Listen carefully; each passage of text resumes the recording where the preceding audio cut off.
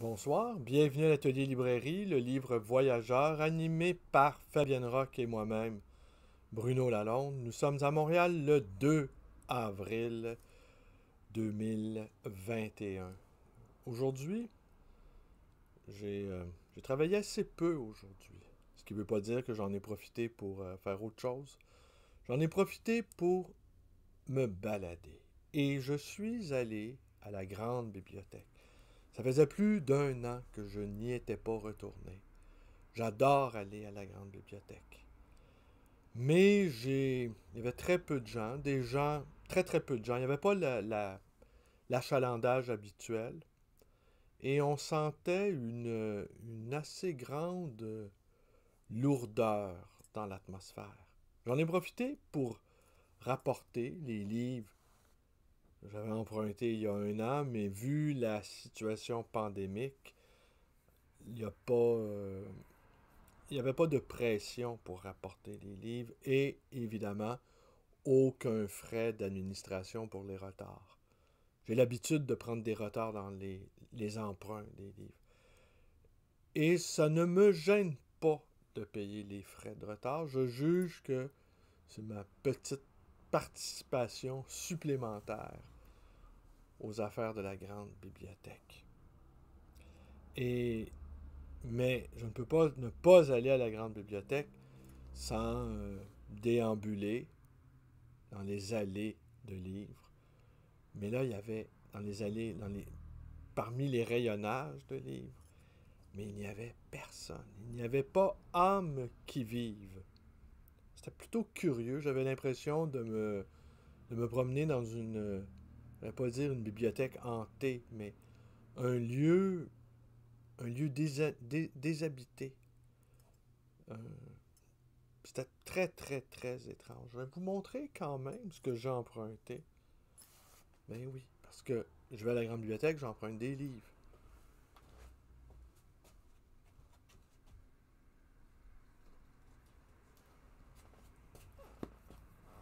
Celui-ci.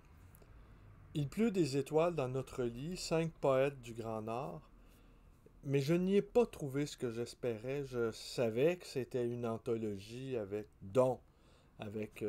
Thomas Tranströmer, le Nobel suédois. Et, mais j'ai ses œuvres complètes à la maison et dans ma bibliothèque. Et c'est un poète que j'adore. D'une extrême lisibilité, mais avec une profondeur dissimulée. Ouais, la profondeur, elle peut être dissimulée. Il ne faut pas se fier non plus. Il y a des poètes obscurs, il y a des poètes dont le style est hermétique, mais il y a peu de choses derrière. Et d'autres, c'est le contraire. Ça semble parfaitement simple, parfaitement habituel, et tout à coup, il y a une saillie, il y a une percée sur quelque chose d'autre. Et je me faisais la réflexion aussi en marchant, parce que j'ai marché un bon moment. Ça faisait du bien de marcher aussi sous le soleil un peu frisquet de ce printemps.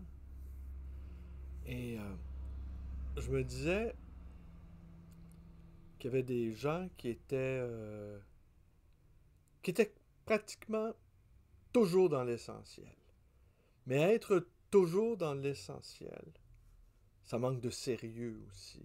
Il faut pouvoir s'aménager des zones de superficialité. Et c'est tout bénéfice pour les gens qui ont une certaine profondeur. Tandis que les gens habituellement superficiels, quand, lorsque tout à coup, ils se retrouvent dotés d'une vision inhabituelle, supérieure à leur schéma mentaux ordinaire, eh bien, ils me font penser à des gens qui marchent sur une glace très mince et dont la glace peut casser à tout moment et les entraîner par le fond dans les eaux glacées de leur propre inconscient. Alors, La superficialité, oui, mais pour les gens qui ont un peu de profondeur et pour les gens qui sont très superficiels, prudence avec, euh, avec les profondeurs. Alors oui, Thomas Transtromer, je vais juste un petit bout, vous allez avoir une idée. Il y a des jours d'hiver sans neige où l'océan est parent d'un pays de montagne tapi dans sa parure de plumes grises. Un court instant en bleu, de longues heures avec des vagues comme des lynx, pâles, cherchant vainement un appui sur le gravier des plages. Ces jours-là, les épaves quittent l'océan pour chercher leur armateur, s'installer dans le vacarme de la ville et des équipages. De noyés s'envolent vers la terre, encore plus légers que la fumée des pipes. J'ai emprunté ça aussi. Paul Lacroix, l'homme aux 25 000 livres. Alors, Paul Lacroix, ben, c'est un bibliophile.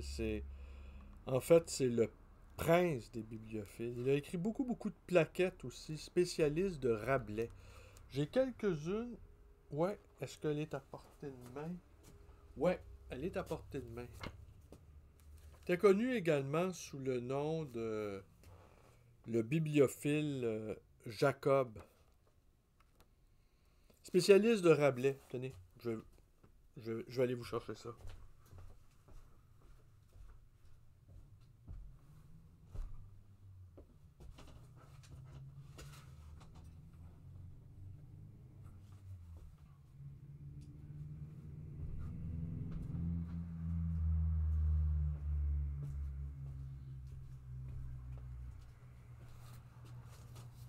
Alors, vous voyez, alors c'est une lettre de Rabelais. C'est un, c'est une lettre de Rabelais publiée par Victor Jacob. Et je vais vous montrer, tenez, ce que vous voyez. Alors, c'est l'ex-libris du cardinal Dubois, archevêque de Rouen. Et le cardinal Dubois. Et ça a été publié à Metz en 1870. C'est une rareté, évidemment. Alors, vous voyez, un autre ex-libris.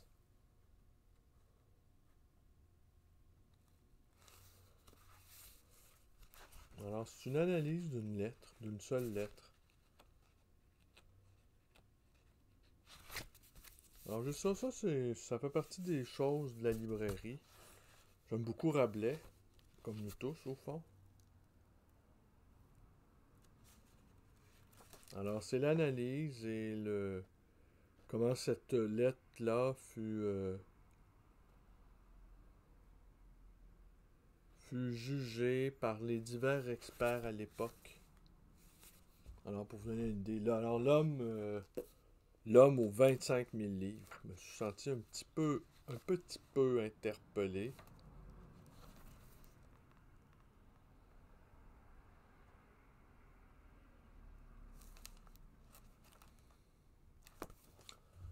Et j'ai emprunté ici aussi Claude Courteau, 4 volumes, chronique d'une aventure surréaliste. Alors, mais on m'en a dit du mal. Alors, ce qui m'a pas empêché d'avoir envie d'y jeter un œil. On m'en a dit du mal. Claude Courteau, par un nouveau client qui est venu à la librairie il y a 3 jours. Je vais retranscrire le petit dialogue, très court dialogue que nous avons eu, lui et moi. Parce que de la façon dont il s'exprimait, les mots, le choix de mots utilisés, sa manière d'être au monde, à la fois désinvolte, élégante et grave, je lui ai demandé s'il était poète. Et il m'a répondu qu'il l'avait été. Et je lui ai demandé, qu'êtes-vous devenu? Et là, il m'a dit que la poésie l'avait abandonné, qu'il était maintenant desséché. Et il a enchaîné sur une... Il a enchaîné en disant à la fois son exaspération par la prestation de la poète lors du discours présidentiel, d'inauguration présidentielle de Joe Biden, disant que c'était un poème d'une extrême insignifiance et que c'était fade. Il me semble qu'il avait utilisé le mot fadasse, mais je ne suis pas sûr. Et alors là, après ça, bon, il m'a dit combien il s'intéressait aux surréalistes, les surréalistes de la troisième génération, et qu'il avait un petit peu côtoyé Courtauld, et que la relation, finalement, c'était terminé abruptement, mais que Courtauld lui avait dit, et c'est pour ça que j'ai eu envie, vous allez dire, bon ben voilà, quel drôle d'enchaînement d'idées, et c'est pour ça que j'ai eu envie d'aller, non pas de vérifier, mais d'aller humer les chroniques de Courtauld. Courtauld lui aurait dit que Montréal était une ville qui donnait envie de se suicider. Alors, j'ai un ami Facebook qui connaît bien Montréal, en tout cas qui connaît très bien les surréalistes, troisième génération. Sur ma page, j'ai partagé donc cette phrase de ce client citant Courtauld, que Montréal était une ville qui donnait le goût de se suicider. Eh bien, ce correspondant facebookien m'a écrit que la nuit tombait vite à Montréal. Quelque chose comme ça. La nuit tombait vite. Et elle tombe vite et elle tombe lourdement aussi. Ce n'est pas... Montréal, ce n'est pas une... C'est une ville ingrate, au fond. C'est une mal-aimée. Elle est poquée par la vie. C'est une ville... Ouais, c'est une ville...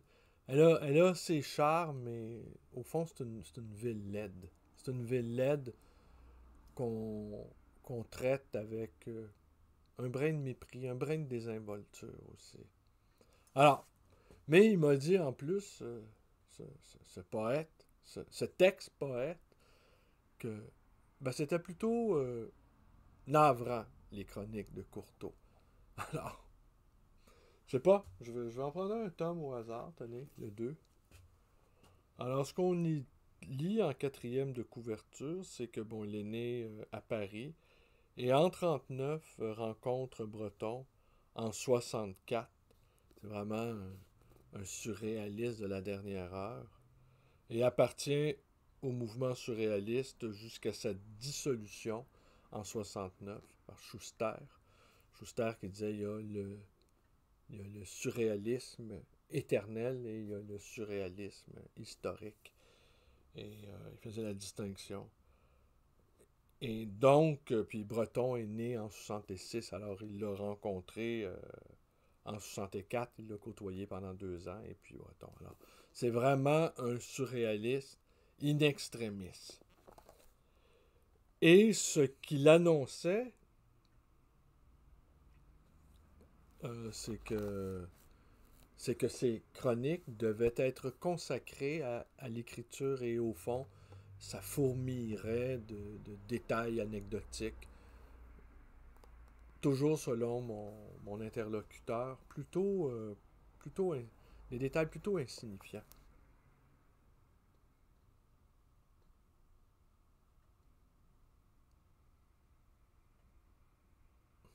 Alors, moi, c'est un genre que j'aime beaucoup, les chroniques, les journaux littéraires, les carnets. En fait, c'est ce que j'aime le plus. Personnellement, au fond, je n'aime que le trivial, je n'aime que l'anecdotique. Je n'aime que le petit détail qui peut révéler un plus vaste ensemble, mais qu'on peut saisir d'un seul coup d'œil. J'aime les procédés heuristiques. J'aime saisir très, très, très, très rapidement les choses. Et les longues digressions, parfois, me m'accablent. Et parfois, les digressions sont tellement échevelées qu'on n'arrive pas à saisir le propos initial. On n'arrive pas à tirer le fil rouge du texte. Alors, on, je vois que, bon, il est cité Dionys Mascolo. Alors ici, tenez, le pont, il écrit le 25 septembre de quelle année? Le 25 septembre, bon, sans doute début des années 2000.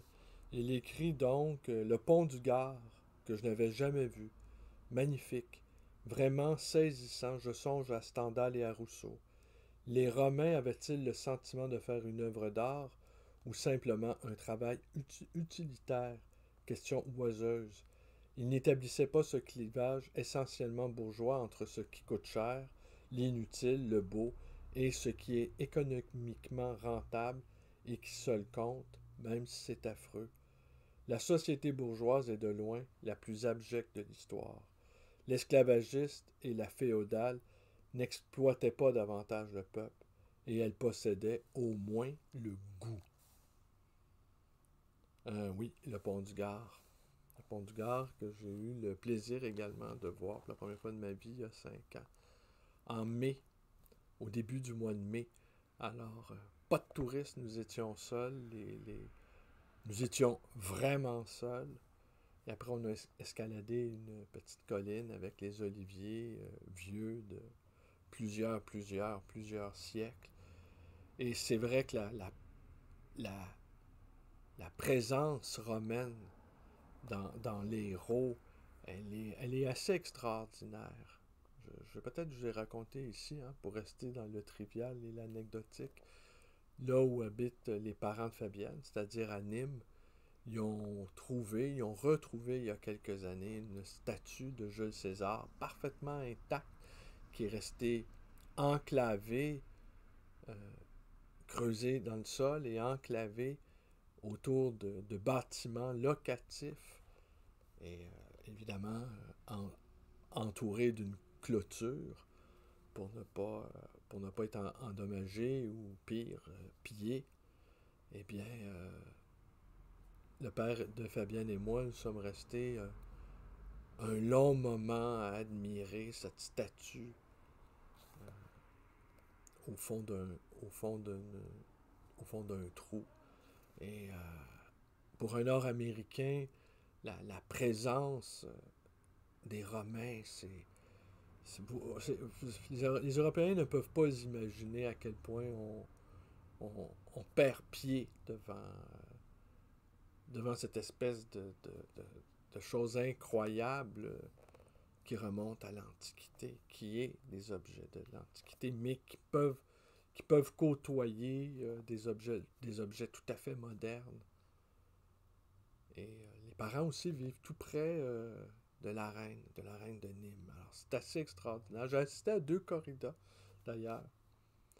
Bon, ça fait pas de moi un amateur de corrida, mais j'étais très impressionné par la ville de Nîmes. Très, très, très. Alors lui, il écrit, il dit, je n'ai séjourné qu'à peine 3 jours à Nîmes, et j'ai l'impression, à mon retour, de m'être absenté plus d'un mois. J'ai l'exotisme facile. J'ai aussi confondu le temps et l'espace. Les ruines romaines m'ont ramené 2000 ans en arrière. Je reviens de très loin. D'autre part, la vie de province est d'une telle épaisseur d'ennui que mes retrouvailles avec le métro me ramènent à la vie. Il est de plus en plus vrai pour moi que le plaisir des voyages tient dans le retour chez soi. Jérôme me soumet un long texte sur les rapports entre situationnistes et surréalistes. Il parle d'un article de l'Archibras 4, des blousons noirs au drapeau noir, et me demande qui en est l'auteur exact, puisque ce numéro est présenté sous une signature collective. Sur le moment, je suis incapable de répondre. En relisant l'article, je me souviens qu'il est de moi. Étrange cas d'amnésie. Faut-il qu'aujourd'hui ces événements, mai 68, m'apparaissent lointains? À la lecture, pourtant, le texte me semble acceptable. Je le revendique. Me voilà rajeuni de 35 ans. Bah, écoutez, peut-être, si on parle de Blanchot, non, non, non, non, je pense...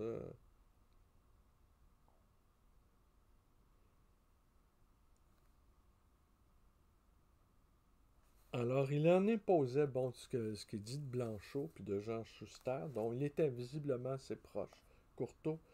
Il en imposait beaucoup à Schuster, qui ne se rendait pas compte que Blanchot, au contraire, j'en ai eu confirmation, le méprisait volontiers, comme la plupart de ses contemporains, jugés incapables de saisir ses propos abscons.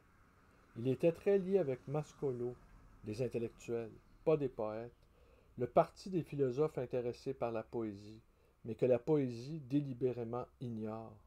Je me souviens qu'au temps du café, la promenade, de Vénus, de Vénus en 67 peut-être, je n'avais pas fait mystère de mon irritation devant la prose de Blanchot. Je m'étais fait tancer par quelques-uns. Ce qui se pense difficilement, s'énonce difficilement, m'avait-on fait remarquer avec un clin d'œil implicite à mon indécrottable classicisme, argument auquel je me suis toujours opposé et que je continue de tenir pour nul. Pour moi, ce qui s'énonce difficilement, sous prétexte que c'est difficilement pensé, est tout simplement mal pensé ou sans intérêt. Ils sont durs, les poètes, hein? Ah, les poètes entre eux, c'est... En fait, les poètes entre eux, il y aurait long à dire aussi. Alors, soit ils s'encensent les uns les autres immodérément, dans l'espoir de recevoir à leur tour quelques, quelques feuilles de laurier qu'ils pourront mettre sur leur crâne, ou soit encore ils sont d'une impitoyable sévérité guettant le moindre faux pas. En fait, rien n'est plus envieux qu'un poète. Cependant, le poète mort et le, de préférence suicidé, à celui-là, on n'y touche pas. Alors, mais les poètes entre eux, ils ne se font pas de cadeaux. C'est inimaginable. Mais, il ne faut pas s'étonner de ça non plus. La passion est au cœur de toutes nos entreprises, qu'elles soient intellectuelles, financières, poétiques. La passion, au fond, c'est ce qui nous pulse. Et le thymos, le sens de la fierté, l'orgueil démesuré aussi pour accomplir certaines tâches. Se croire seul au monde, juché sur sa pyramide, sur la pointe de sa pyramide. Eh bien, si on n'a pas une ambition démesurée pour accomplir ne serait-ce que quelques recueils de poésie ou quelques essais philosophiques, c'est impossible de faire autrement si on n'est pas animé par un orgueil démesuré. Jean-Christophe Bailly, La magie du livre. La grandeur de l'homme. Ah, voilà. Swami Prajnapad. Ouais, Swami Prajnapad, ça a été... C'est un maître indien, un maître spirituel indien, qui a été également le maître d'Arnaud Desjardins. Alors, je ne parlerai pas d'Arnaud Desjardins ce soir, mais j'ai eu une période d'Arnaud Desjardins. Et donc, eh bien, c'est ça. Donc, Prajnapad, ici, alors c'est la grandeur de l'homme, citation commentée des Upanishads et histoire, avec la préface de Roger Paul Droit. Hier, il y a quelqu'un qui m'interrogeait, hier ou avant-hier, qui m'interrogeait sur Roger Paul Droit, demandait ce que j'en pensais. J'en pense le plus grand bien. D'abord, c'est un extraordinaire vulgarisateur, et c'est un authentique philosophe aussi, mais dont le souci de lisibilité et le sens de l'humour est absolument extraordinaire. Moi, je le tiens pour un important philosophe. Mais, encore là, les rhéteurs sophistiqués, les auteurs abscons, pour reprendre le mot de Courteau, eh bien, on la cote. Alors, plus c'est nébuleux, plus c'est complexe, plus c'est difficile, plus on a l'impression d'être en face de quelque chose de magistral. Mais Roger Poldroy ne va pas dans ce sens-là. Roger Poldroy n'a qu'un seul désir, c'est d'être compris. Et il le fait avec une telle élégance dans une langue, dans une écriture qui est extrêmement belle. Et, et on a l'impression, c'est un lieu commun, mais on a l'impression que certains auteurs nous rendent plus intelligents. Et on a l'impression que d'autres, à l'inverse, nous renvoient à notre inaptitude foncière, nous renvoient à notre médiocrité même. Alors on se sent accablé. Mais non, Roger Poldroy, il nous amène avec nous. Alors, est-ce que j'ai été étonné de voir qu'il avait préfacé ce livre-là par...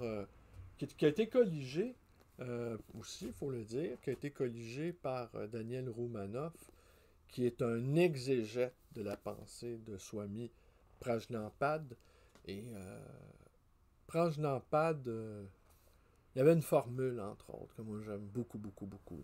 Prajnanpad, d'une simplicité totale, mais qui révèle au fond certains méandres de la psyché humaine.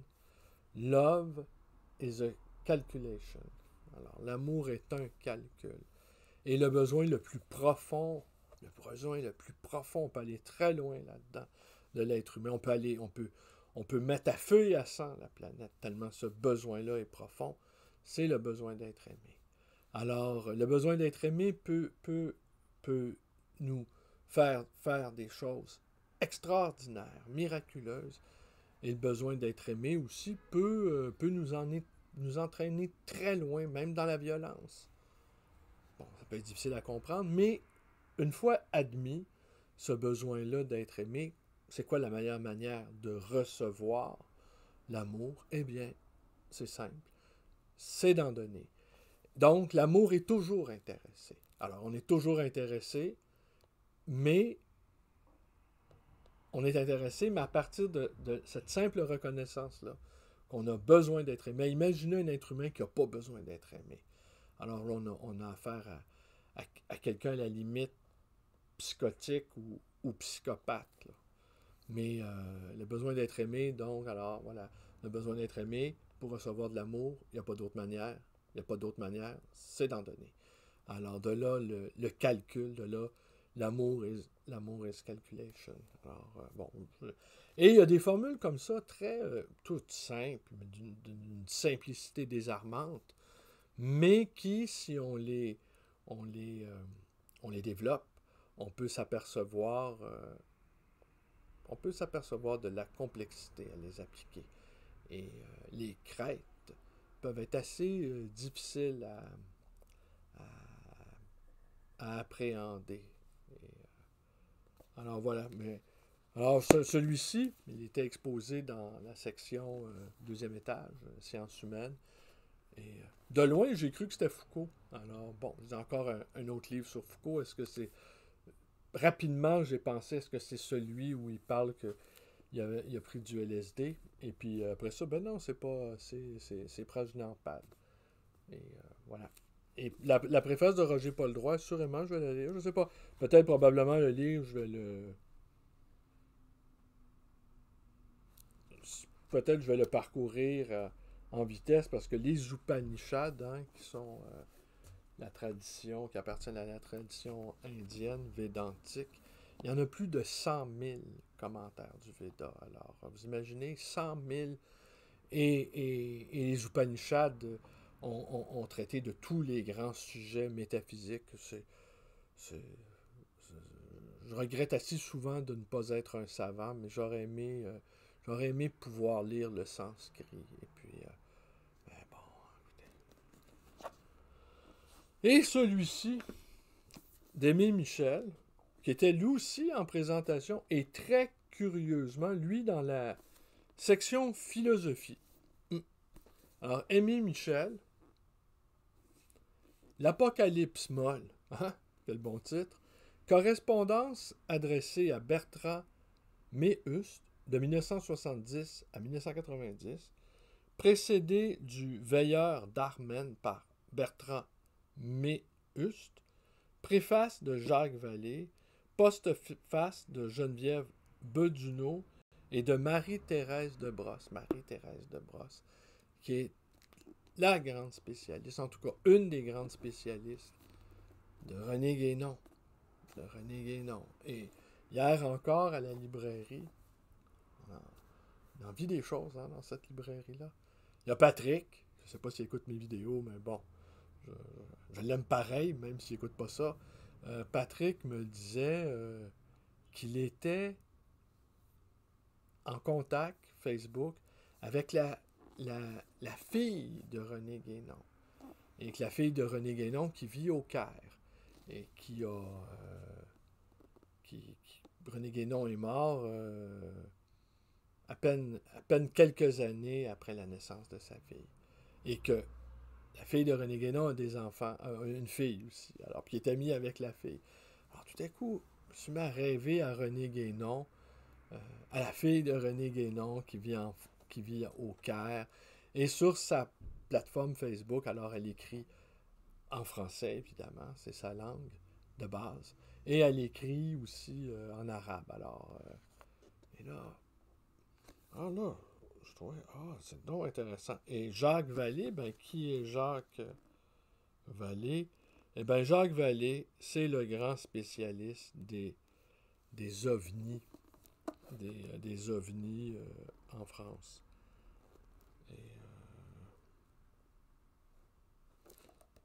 Et les ovnis, est-ce que je vais finir là-dessus? Évidemment, les ovnis sont de plus en plus nombreux à apparaître. Les documents des diverses agences de sécurité sont de plus en plus déclassifiés.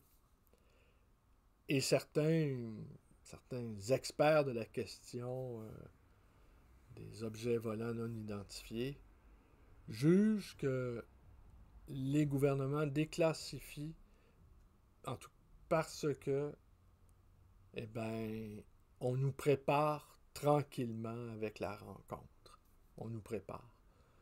Et il y a quelques jours, je faisais part de ce sentiment-là à ma belle-fille, lui disant qu'elle, peut-être, dans 30, 40 ans, peut-être 50 ans, elle serait témoin des premières véritables rencontres avec d'autres espèces venant de l'espace. J'ai vu à sa réaction qu'elle trouvait ça assez inquiétant. Mais elle a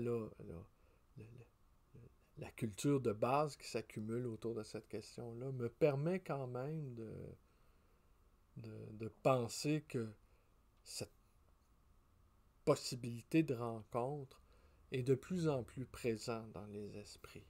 Alors, et Jacques Vallée est une sommité du sujet. Et c'est pas un rigolo, semble-t-il. C'est pas... Ouais. Là, je l'ouvre au hasard. Alors, l'Apocalypse molle, ça a l'air vraiment intéressant. Vraiment, vraiment, vraiment. Le titre est extraordinaire.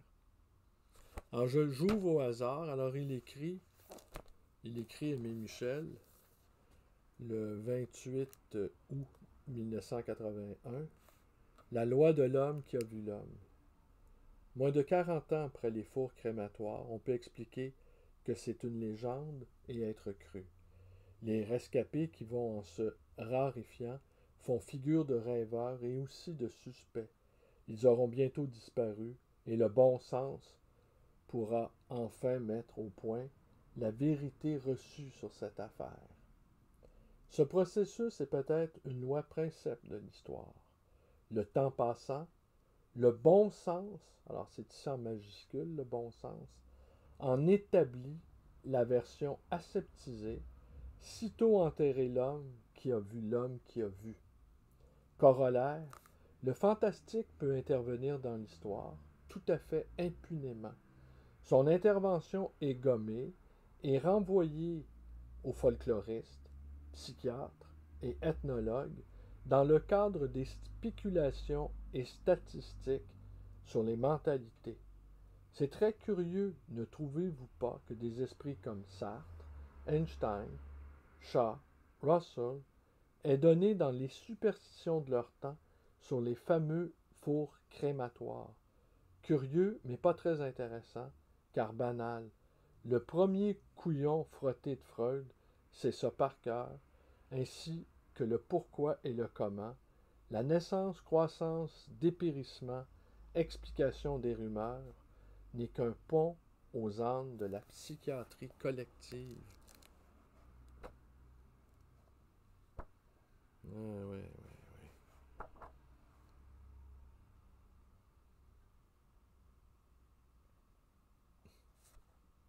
Ici, il parle du diable. Hein? Le diable. Je finirai par croire que tout est occultement arrangé à notre insu. À peine étiez-vous parti que me voilà plongé par l'intermédiaire d'un copain dans une affaire de contact avec monsieur le diable. Un vrai contact, quelle que soit la nature du diable, car il parlait. Ou bien, ou l'a bien laissé se déboutonner, ce serait long à raconter. Le copain a fait une remarque très profonde. Le diable est un robot. Il comprend ce qu'on lui dit, mais à la lettre, comme l'ordinateur. C'est un ordinateur très intelligent, glacé, puissant, ne connaissant que l'orgueil et la haine, et bouché à tout humour. Le copain lui ayant conseillé d'aller se faire cuire un œuf sur le mont Sainte-Hélène, le volcan américain qui fait des siennes en ce moment, a obtenu la sublime réponse que non, ce n'est pas de cette façon que nous nous sustentons.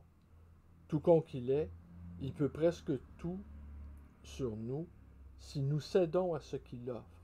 Et il offre tout de ce monde, on le sait. Le coquin a mis fin à l'expérience en laissant une formule d'exorcisme dans un vrai bréviaire d'avant 1914. Bon, en tout cas, j'ai bien hâte de lire La postface de Marie-Thérèse de Brosse. Question de Rémi Chauvin aussi, Teilhard de Chardin. Ouais. Ma formation, c'est ma curiosité. J'ai poursuivi ma curiosité comme le chasseur suit son chien vers ces zones d'ombre où je pressentais que les réponses qu'on me donnait étaient fausses. Le plus sûr moyen de pénétrer dans ces ombres et d'y découvrir quelque chose, c'était de partir du connu. Je suis rationaliste, mais il faut être fou pour dire que la raison contient les limites de ce qui est. Alors, ben voilà. Voilà, c'est comme ça que j'en viens à ne pas respecter mon propre programme de lecture que j'établis, mais je aveu, je n'y suis jamais parvenu. Alors, et certains livres qui sont dotés d'une puissance d'envoûtement exceptionnelle peuvent me retenir et après, je n'ai plus qu'un seul objectif, c'est non pas de le finir, le livre, mais de le savourer. Mais la plupart du temps, je suis emporté par un tourbillon de textes et je me débat au milieu de ce tourbillon. Et alors voilà, c'est ainsi que je me suis retrouvé dans ma vie à lire des milliers de livres. Et bien souvent des livres qui apparaissent comme ça, sans préméditation aucune, et qui viennent tasser les lectures en cours.